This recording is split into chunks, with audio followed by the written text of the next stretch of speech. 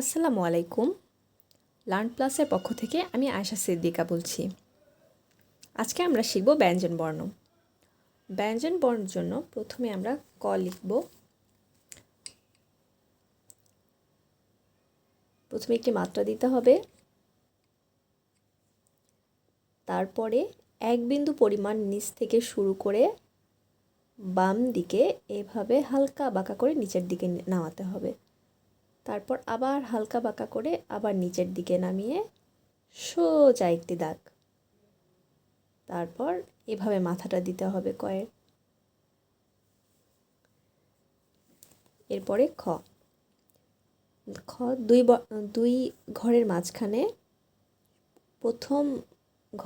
প্রথম লাইনে একটি বিন্দু করে এভাবে গোল করে আবার এই দিকে ডান দিক দিয়ে গোল করে ডাবল টাচ করে হালকা বাঁকা করে নিচের দিকে নামিয়ে নিতে হবে। তারপর সোজা একটি দাগ। এই হলো খ। এরপর আবার দুই ঘরের মাঝখানে প্রথমে এভাবে একটি গোল চিহ্ন দিতে হবে গয়ের জন্য। তারপর আবার গোল করে উপরের দিকে নিয়ে যেতে হবে, নিচে হালকা একটু নিচে নামাতে হবে। তারপর সোজা একটি দাগ গ। তারপর ঘয়ের জন্য মাত্রা দিতে হবে প্রথমে একটি।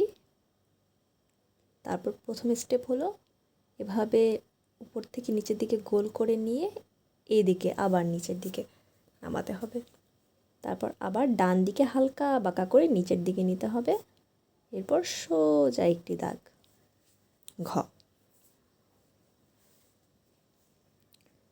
পর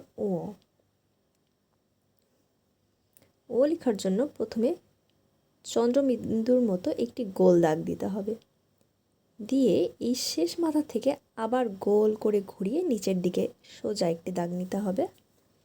তারপর ডান দিকে হালকা বাঁকা করে উপরের দিকে নিতে হবে। নেওয়ার পর আবার ডান দিকে ঘুরিয়ে গোল করে উপরের দিকে নিতে হবে, নিচ থেকে উপরের দিকে নিতে হবে। হয়ে গেল ও।